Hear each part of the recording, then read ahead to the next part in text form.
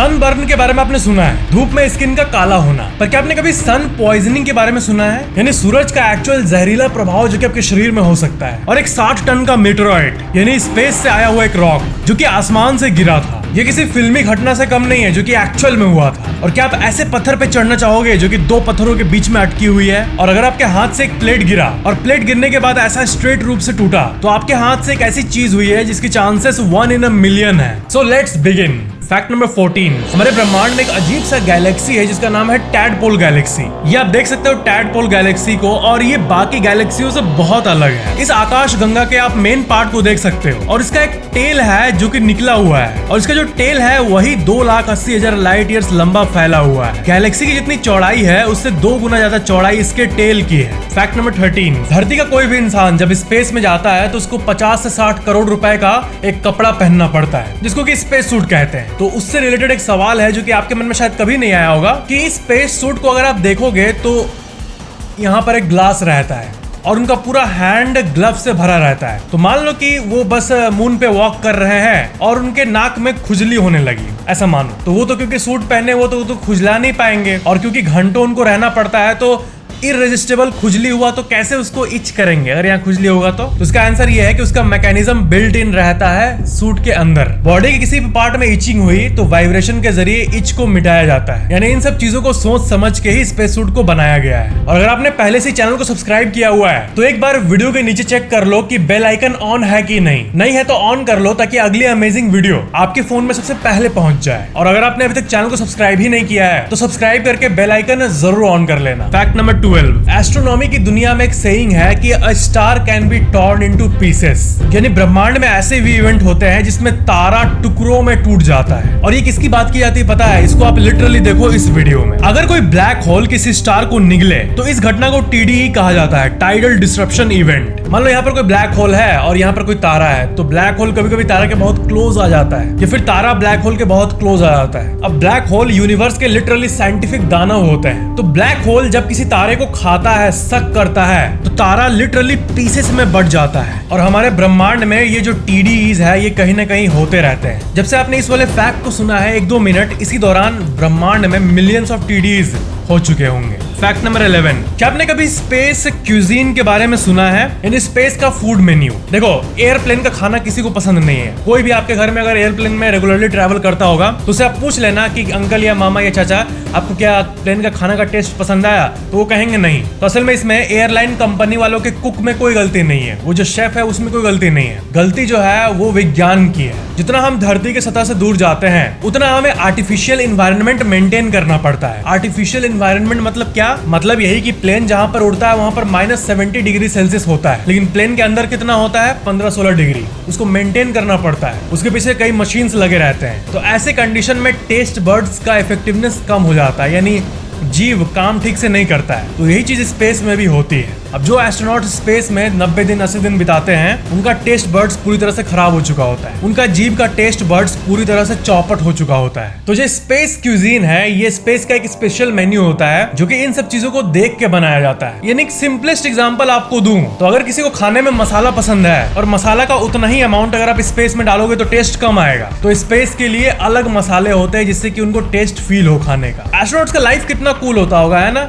ऐसे केबिन में बैठो, नीचे धरती को देखो, इतनी राउंड धरती, और खाओ नूडल खाओ, पास्ता खाओ और देखते रहो धरती को। वाओ। फैक्ट नंबर 10, क्या आपको पता है विज्ञान ने ये पाया है कि जो वीनस प्लैनेट है, हमारा पड़ोसी प्लैनेट, उसमें आज से 2 बिलियन साल पहले पानी एग्जिस्ट करता था। वीनस बना था 4.5 बिलियन साल पहले, तो 2 बिलियन साल पहले वाटर होता था वीनस में। फिर वक्त के साथ बदलाव होता गया और अभी एक बूंद भी पानी वीनस में मौजूद नहीं है। विज्ञान में इसी टॉपिक को वीनस मिसिंग वाटर नाम से जाना जाता है। फैक्ट नंबर 9, स्पेस में इंटरेस्टेड लोगों को ये बात बहुत फैसिनेट करती है कि हमारा जो धरती है उस पे हजारों लाखों कॉमेट्स, मेटेरॉइड्स जो है वो हर सेकंड बॉम्बार्ड कर रहे हैं, लेकिन धरती का जो एक्सोस्फीयर है वो प्रोटेक्ट कर रहा है हमें। तो इस धरती पे जहां जहां असली के पत्थर लैंड किए हैं, धरती के एक्सोस्फीयर को फेस करने के बाद भी बहुत बड़े बड़े पत्थर लैंड कर जाते हैं धरती पे, जो कि आउटर स्पेस के पत्थर होते हैं। तो पूरे इतिहास में कौन सा पत्थर वो है जो कि साइज में सबसे बड़ा है और वो स्पेस से आया हो? छोटे पत्थरों की बात नहीं हो रही है, तो वो है होबा मीटेरॉइड।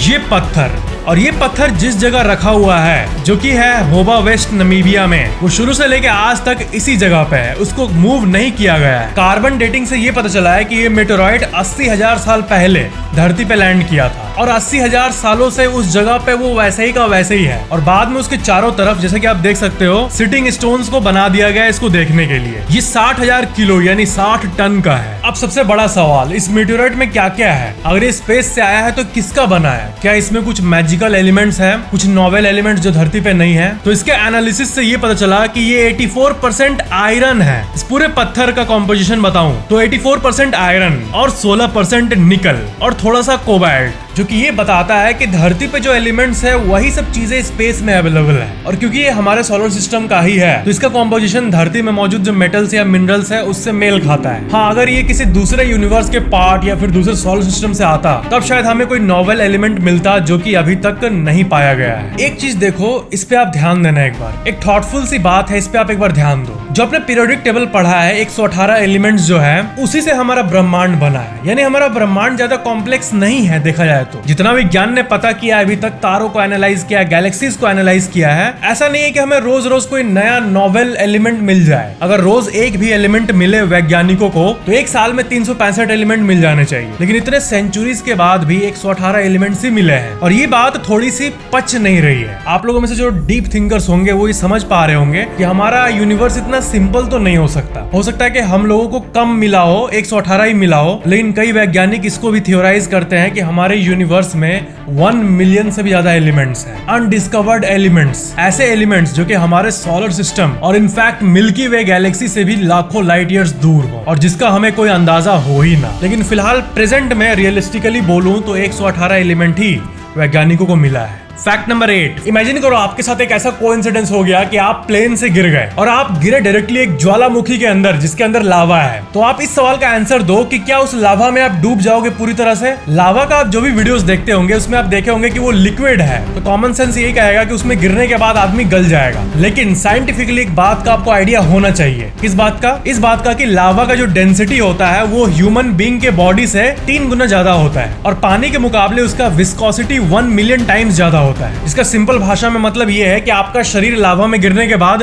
पूरा नहीं डूबेगा, बल्कि आपका आधा बॉडी डूब के फ्लोट करता रहेगा। और क्योंकि लावा का टेम्परेचर 800 से 1200 डिग्री सेल्सियस होता है तो आपका आधा बॉडी पहले गल जाएगा। और साइंटिफिक फैक्ट ये है कि लावा में कोई डूबेगा नहीं, सिंक नहीं करेगा। फैक्ट नंबर 7, आपने सनबर्न के बारे में तो जरूर सुना होगा। धूप में जो स्किन काला हो जाता है उसे सनबर्न कहते हैं। लेकिन पॉपुलेशन के कुछ परसेंट लोगों को सन पॉइजनिंग होता है। अब सन पॉइजनिंग सनबर्न से अलग ऐसे है, ये जो लोग हैं ये जब धूप में जाते हैं तो वो डायरेक्टली उनके स्टमक को अफेक्ट करता है और उन्हें नोजिया, वॉमिटिंग ये सब फील होने लगती है। देखो, गर्मी कितनी भी हो, आप और हम में से जो मेजोरिटी लोग हैं वो धूप में जाते हैं तो भले गर्मी लगे लेकिन घर आ जाते हैं, नॉर्मल से बीमार थोड़ी पड़ते हैं सब कोई। लेकिन जिनको सन पॉइजनिंग होता है वो धूप में निकलते ही बीमार पड़ जाते हैं। जब एक्सट्रीम गर्मी हो तो धूप में निकलने से हद लेवल का डिस्कम्फर्ट जरूर होगा, लेकिन उससे आपके स्टमक में पेन नहीं होना चाहिए नॉर्मली। तो धूप के जो हिडन इल इफेक्ट्स होते हैं बॉडी में, उससे बचने का एक सोल्यूशन है। अब जब भी घर से बाहर निकलोगे तो एक बार यूवी इंडेक्स चेक कर लेना। जो सूरज का अल्ट्रा वायोलेट इंडेक्स होता है वो अल्ट्रा वायोलेट इंडेक्स अगर 8 से ज्यादा हो तब आपको नहीं ही निकलना चाहिए जब तक कुछ इमरजेंसी ना हो। और अगर ये इंडेक्स 3-4 के करीब है तब आप निकल सकते हो।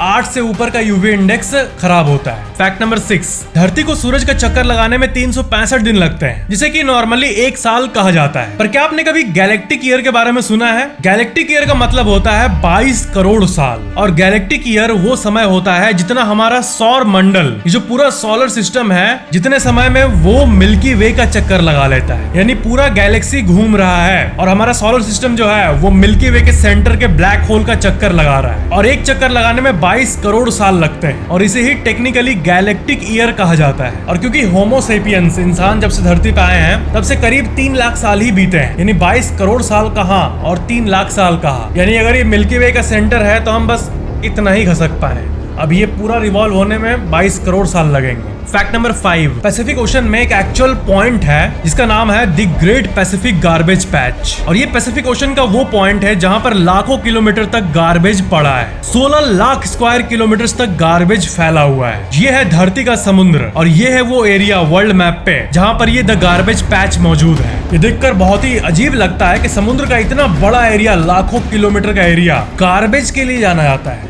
फैक्ट नंबर 4, नॉर्वे में जिरैक बोल्टन नामक एक जगह है और सोशल मीडिया में ये वर्ल्ड के सबसे पॉपुलर जगहों में से एक है। जिरैक बोल्टन जमीन से 3228 फीट ऊपर लटका हुआ है, यानी करीब 984 मीटर, यानी करीब 1 किलोमीटर ऊपर ये रॉक लटका हुआ है। यानी अगर इस पे से कोई गिरेगा तो वो सीधा 1 किलोमीटर नीचे धरती पे आके गिरेगा। लेकिन फिर भी इस जगह पे बहुत लोग जाते हैं। और आपके मन में आ रहा होगा कि इतना ये खतरनाक है तो अलाउ कैसे किया जाता है लोगों को जाने के लिए। तो बात ये है कि जितना साइंस ने इसे एनालाइज किया है, ये इतने परफेक्ट तरह से फंसा हुआ है कि इसका गिरना मैथमेटिकल कैलकुलेशन के हिसाब से इम्पॉसिबल है। ये कंप्लीटली नेचुरली फॉर्म हुआ है और मैथमेटिक्स के हिसाब से ये वक्त के साथ वीक होता जाएगा। यानी जैसे जैसे समय बढ़ रहा है, आज से 50, 60, 100, 200 साल बाद, तब जाके इसका जो रिस्क है गिरने का वो बढ़ता रहेगा। और 500, 600, 800 साल बाद जाके ये पत्थर थोड़ा इरोड होगा और तब जाके एक दिन ये नीचे गिर जाएगा। लेकिन जितने टाइम ये नहीं गिर रहा है, बस लोग इस पे जाके एंजॉय करते हैं।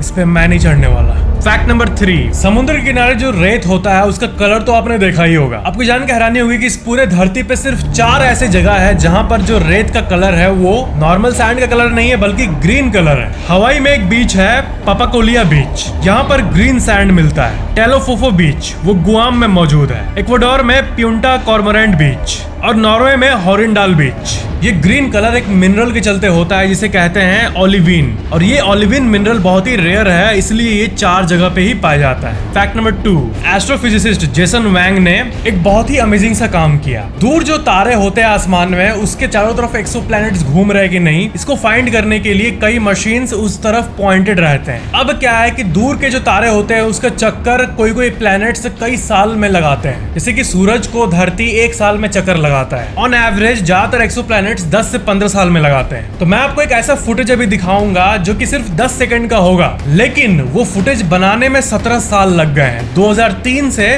2020 तक इसको रिकॉर्ड किया गया था नासा के द्वारा, और ये है वो फुटेज जिसकी बात मैं कर रहा था। ये है एक्सोप्लैनेट का 17 साल का जर्नी जो कि सुपर फास्ट फॉरवर्ड है सिर्फ 10 सेकंड में। इस प्लैनेट का नाम है बीटा पिक्टोरिस बी और ये हमारे जुपिटर से भी 12 गुना ज्यादा बड़ा है, और सूरज से धरती जितना दूर है उससे 10 गुना ज्यादा दूर है ये प्लैनेट और रिवॉल्व कर रहा है। इसे एस्ट्रोफिजिक्स की दुनिया की लॉन्गेस्ट वीडियो कहा जाता है, क्योंकि एस्ट्रोफिजिक्स की दुनिया में इससे लंबा वीडियो किसी वैज्ञानिक ने रिकॉर्ड नहीं किया है। फैक्ट नंबर 1, ये फैक्ट है इंसानी दिमाग के बारे में। आपके मन में ये सवाल आया है कि क्या डर से लोग मर सकते हैं? जो आप न्यूज में देखते हो कि इसने ये फिल्म देखा और मर गया, ये कभी कभी आपको मजाक सा नहीं लगता कि जैसे कोई हॉरर मूवी हॉल में देख के मर कैसे सकता है? ये तो मतलब ऐसा लगता है फेक न्यूज है। लेकिन यकीन मानो दुनिया में कई केसेस एक्चुअल में हो चुके हैं। तो आंसर है यस, इंसानों को डरा के भी मारा जा सकता है। और विज्ञान ने जितने रिसर्च किए हैं उसके हिसाब से ये पता चला है कि इसका कारण होता है एड्रेनलिन। जब इंसान बहुत ज्यादा डर जाता है तो एड्रेनलिन केमिकल जो होता है वो हमारे ब्लड में मिलने लगता है और वो बॉडी को हाइपर एक्टिव कर देता है, जिससे कि हार्ट में बहुत ज्यादा प्रेशर पड़ता है। और भले ही आपका हार्ट आपको लगता है कि ठीक ठाक है, मजबूत है, सबको जनरली यही लगता है और यही होता भी ज्यादातर लोगों में। 95% लोगों के हार्ट टिश्यू ठीक ही होते हैं, लेकिन कुछ लोग सेंसिटिव होते हैं। और सिर्फ दिमागी या सोच पे सेंसिटिव की बात नहीं हो रही है, फिजिकल हार्ट टिश्यूज भी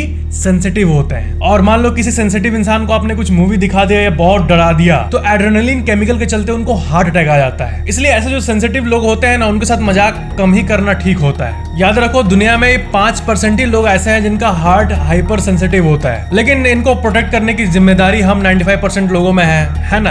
तो सेंसिटिव लोगों से छेड़छाड़ नहीं। तो ये था आज के फैक्ट्स। वीडियो को लाइक जरूर करना और नीचे कमेंट जरूर करना। और जैसे कि मैंने कहा, अगर आपने अभी तक सब्सक्राइब नहीं किया है तो सब्सक्राइब करके बेल आइकन जरूर ऑन कर लेना, ताकि अगली अमेजिंग वीडियो आपके फोन में सबसे पहले पहुंच जाए।